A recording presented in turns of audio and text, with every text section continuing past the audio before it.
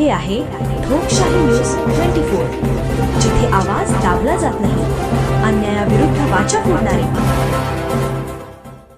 चासनळी येथे NCMC card नोंदणी शिबिरास उत्स्फूर्त प्रतिसाद. कोपरगाव तालुक्यातील चासनळी येथील श्री स्वामी समर्थ मंदिर परिसरात ST महामंडळाच्या NCMC म्हणजे नॅशनल कॉमन मोबिलिटी कार्ड नोंदणी शिबिराचे आयोजन करण्यात आले. गावातील ज्येष्ठ नागरिक आबासाहेब आप्पा गाडे यांच्या सौजन्याने आयोजित करण्यात आलेल्या या शिबिराला नागरिकांचा उत्स्फूर्त प्रतिसाद लाभला. सदर शिबिरामध्ये चासनळी तसेच परिसरातील गावांतील नागरिकांनी मोठ्या संख्येने उपस्थित राहून NCMC कार्ड नोंदणीचा लाभ घेतला. या कार्डच्या माध्यमातून पात्र नागरिकांना ST प्रवासासाठी विविध सवलती मिळणार असून शासनाच्या विविध योजनांचा लाभ घेण्यासही मदत होणार आहे. त्यामुळे नागरिकांमध्ये या उपक्रमाबाबत विशेष उत्सुकता दिसून आली. शिबिराची सुरुवात सकाळी 9 वाजता झाली असून दुपारी 3 वाजेपर्यंत नोंदणी प्रक्रिया सुरू होती. शिबिरादरम्यान नागरिकांना कार्डविषयी सविस्तर माहिती देण्यात आली, तसेच आवश्यक कागदपत्रांची पडताळणी करून नोंदणी करण्यात आली.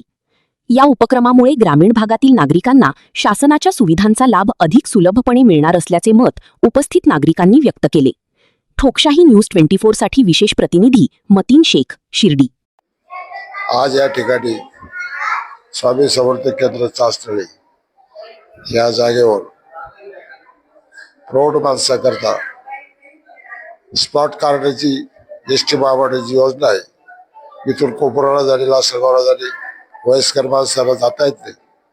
त्याच्यामुळे ST महामंडळाच्या अधिकाऱ्याला विनंती करून हा कार्यक्रम अजून आयोजित केलेला आहे आणि आज दिवसभर हा कार्यक्रम चालू राहील.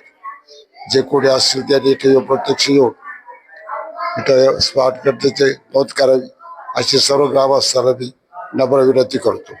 एवढे बोलून माझे 2 शब्द संपवतो. आज या ठिकाणी चासनळी आणि पंचक्रोशीतील सर्व ज्येष्ठ नागरिक आणि महिलांसाठी ST महामंडळाच्या काय म्हणतात त्याला सौजन्याने जे काही मोफत प्रवास आणि 65 वर्षापुढील नागरिकांना हाफ तिकीट ही जी योजना आहे तिचे कार्ड काढण्याचं काम या ठिकाणी आमच्या गावातील ज्येष्ठ नागरिक आबा काका गाडे यांच्या सहकार्याने आज या ठिकाणी एक कॅम्प आयोजित केलेला आहे. त्या कॅम्पचा फायदा या परिसरातील बहुसंख्य लोकांनी घेतलेला आहे.